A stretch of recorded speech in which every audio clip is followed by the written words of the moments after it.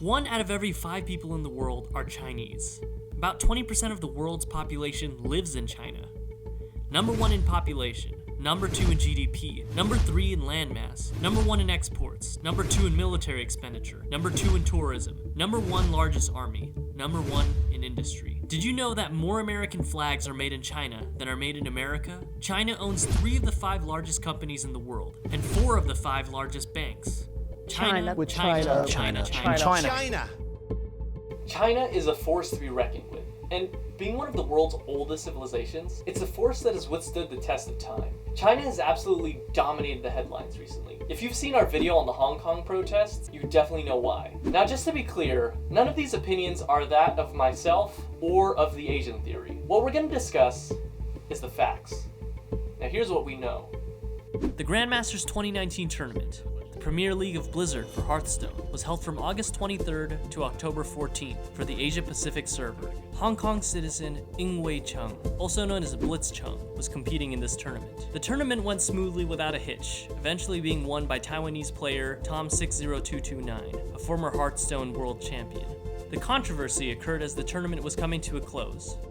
But we've got one more match for you guys today. It is going to be Dawn versus Blitzchung coming right up, and again, this does have just some impact. On October 6th, 2019, in the last match of the tournament, Blitzchung was facing off against Korean player Dawn. Despite Dawn performing better in the tournament, Blitzchung pulled off an impressive surprise win, placing him at 14th place for the tournament overall. After the match, Chung was joined by 2 Taiwanese commentators for an interview. The commentators were also professional Hearthstone players, known as Virtual and Mr. Yi. This is where the famous, or infamous, depending on who you're asking, interview took place. Now, I don't speak Chinese, but from what I've managed to find online, this is a rough translation of what was said. 你就讲完那8个字，然后导播我们就结束，我们就什么也都不要聊了，然后你随时可以开始，头先低下来。光复香港，时代革命。导播可以切回来。好，导播谢谢，可以了，这样可以吧？好。The commentators went to get dinner, unaware of what their short interview with Chung would cause. Blitzchung was supposed to walk away with $3,000 after this tournament. He didn't.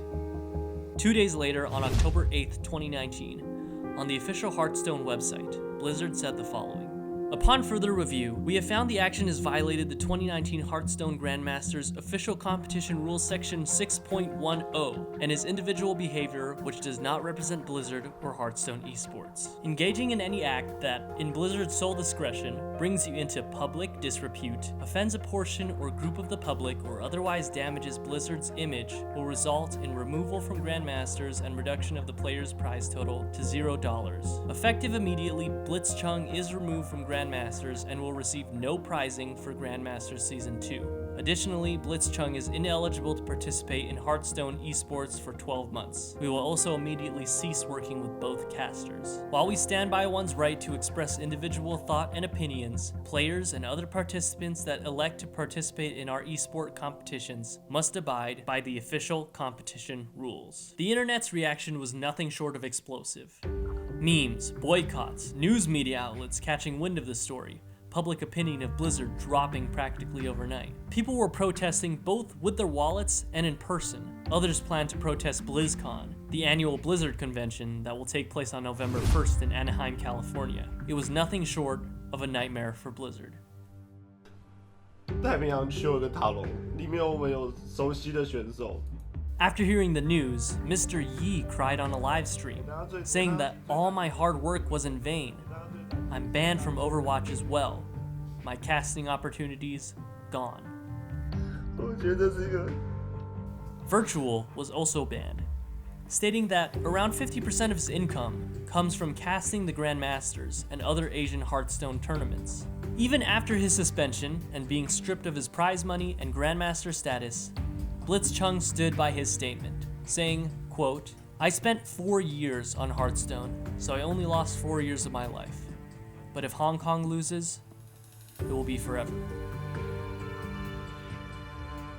On October 12th, the issue went all the way to the president of Blizzard himself. J. Allen Brack, who justified the actions of suspending Chung, while also stating that Blizzard's relationships in China had no influence on their decision. If this had been the opposing viewpoint delivered in the same divisive and deliberate way, we would have felt and acted the same. He did elaborate that the interview segment was supposed to be used to discuss Hearthstone, and discussing politics of any form was against tournament rules. However, in a twist of fate, Brack stated that because Chung had played fair in the tournament, he should receive his prize money. He also believed a year-long suspension was too long. Chung's suspension was cut in half to only 6 months. Virtual and Mr. Yi received the same treatment. Interestingly, while Brack sounded very neutral in his October 12th statement, others were quick to point out that the official Hearthstone account on Chinese social media platform, Weibo, painted a different story. IGN posted this translation: "We express our strong indignation and condemnation of the events that occurred in the Hearthstone Asia Pacific competition last weekend, and absolutely oppose the dissemination of personal political ideas during any events. The players involved will be banned, and the commentators involved will be immediately terminated from any official business. Also, we will protect our national honor." This statement opposing personal political ideas is interesting when contrasting the Hearthstone League with the Overwatch League's Pride Day, celebrating the LGBTQ community. So whether it really is about the statement or if it's about the money is up to you to decide. It is, however, important to note that this account isn't run by Blizzard directly. Rather, it's run by Blizzard's Chinese publishing partner, NetEase. So just take that as you will. Upon hearing that his winnings would be reinstated and his ban reduced, Blitzchung released his own statement, thanking Blizzard for the reconsideration of their disciplinary measures. He promised to be more careful about expressing his political opinions during events and limiting it to his personal platforms. For the remainder of Blitzchung's statement, he thanks Blizzard profoundly for letting him continue to play Hearthstone professionally. He ends with this sentence: "Hearthstone changed the way I live. I really love this community. Blessing to all the players out there, and blessing to Blizzard." Blizzard has since called off their public event to promote the launch of Overwatch on the Nintendo Switch. Whether or not Blizzard will go through with Blizzcon 2019 has yet to be announced. Though that seems to be the end of the Blitzchung controversy, this one event seems to have opened up a huge can of worms, opening up conversation regarding other corporations who have similar ties with China. In fact, the NBA had a controversy of their own after Houston Rockets general manager Daryl Morey posted a tweet supporting the Hong Kong protests on October 4th. Now, if you know anything about China and basketball, you probably know that this won't end well. Morey immediately and inadvertently incited an international incident, unleashing a firestorm of replies from both supporters and opponents. One of the biggest opponents was the National Basketball Association itself. The tweet was quickly removed less than a day later. The consequences, however, weren't. You see, the Rockets are the #1 most popular team in China. Former Rockets player Yao Ming is the current chairman of the Chinese Basketball Association, and he reportedly was very heated over the comments of his former team's GM, and one of the key people in the Rockets organization who came to the decision to draft Yao in the first place, back in 2002. Yao publicly declared that CBA would suspend all exchanges and cooperations with the Rockets. On October 6th, Morey tweeted once more, apologizing for his previous tweet, stating that he didn't intend to cause any offense to any friends and fans of the Rockets, including those in China. Rockets star player James Harden ended up having to apologize for Morey's tweet. Yeah, we apologize. We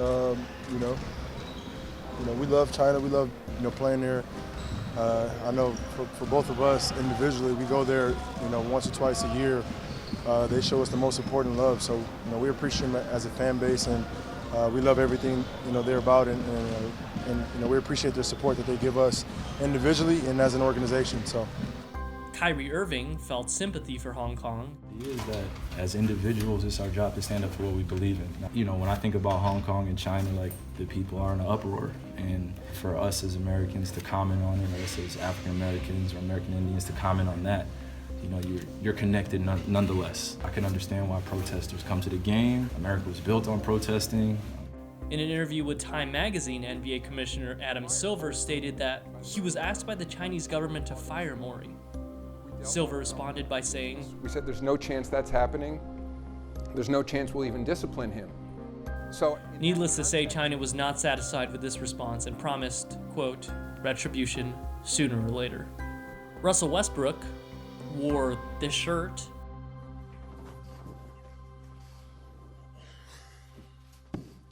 How much of what's going on with China is a distraction for you? LeBron James refused to talk about his specific relationship with China, focusing more on Maury's tweet.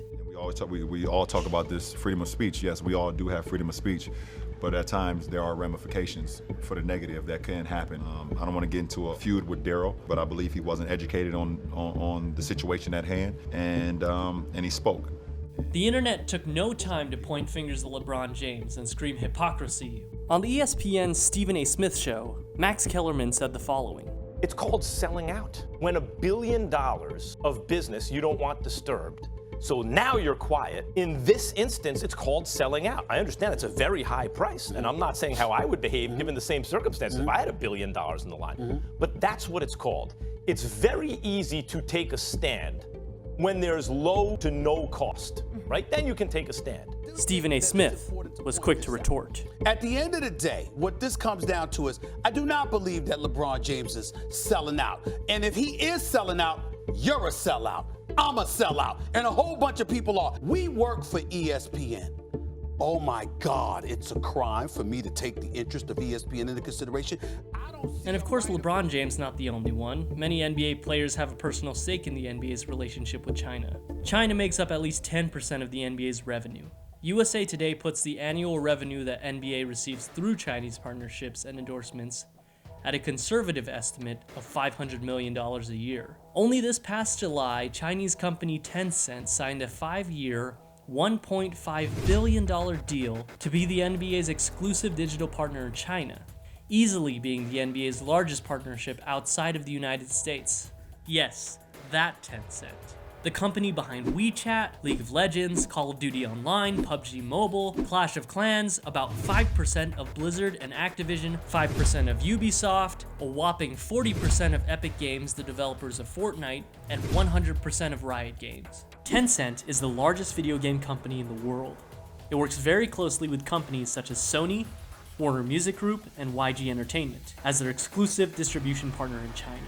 They even own about 10% of Spotify, a company that many people haven't heard of, but is, for all intents and purposes, running the tech world. There have been other instances where companies and public figures have been forced to cut ties with China, or even threatened to have their ties cut because they made an error that the Chinese government didn't agree with. While this issue has been divisive for some, it has brought others together. Several members of Congress sent a bipartisan letter condemning Activision Blizzard's ban of Blitzchung and the casters. Both Democrats and Republicans, notably Alexandria Ocasio-Cortez and Mark Rubio, have signed the letter. The letter had been sent to none other than Bobby Kotick, CEO of Activision Blizzard. As the world looks on, Hong Kong continues to wave American flags and beg for intervention from the American government. Those in favor say aye. On October 15, 2019, the Hong Kong Human Rights and Democracy Act was passed unanimously in a vote in the House of Representatives. This bill would effectively block the export of crowd control equipment, such as tear gas, to Hong Kong, impeding the Chinese government from interfering in Hong Kong.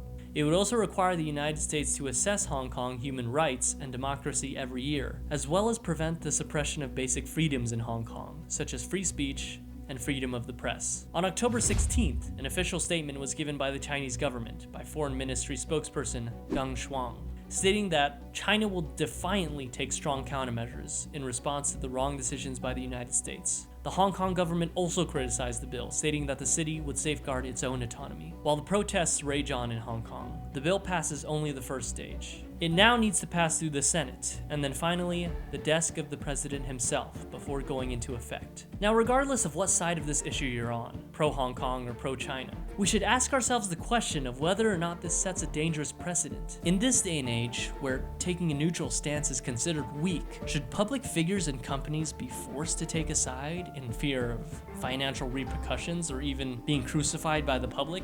For For those who disagree with these companies, it's easy to look at Blizzard, Apple, and the NBA and condemn them for their ties with China. However, it's also almost impossible to boycott them just because of their ties with China, when considering the irrefutable fact that China has integrated itself into every facet of almost every market of every country in the world. So much of our daily life depends on products made in China, assembled in China, or funded by China. For better or for worse, that's not something that we can just simply ignore.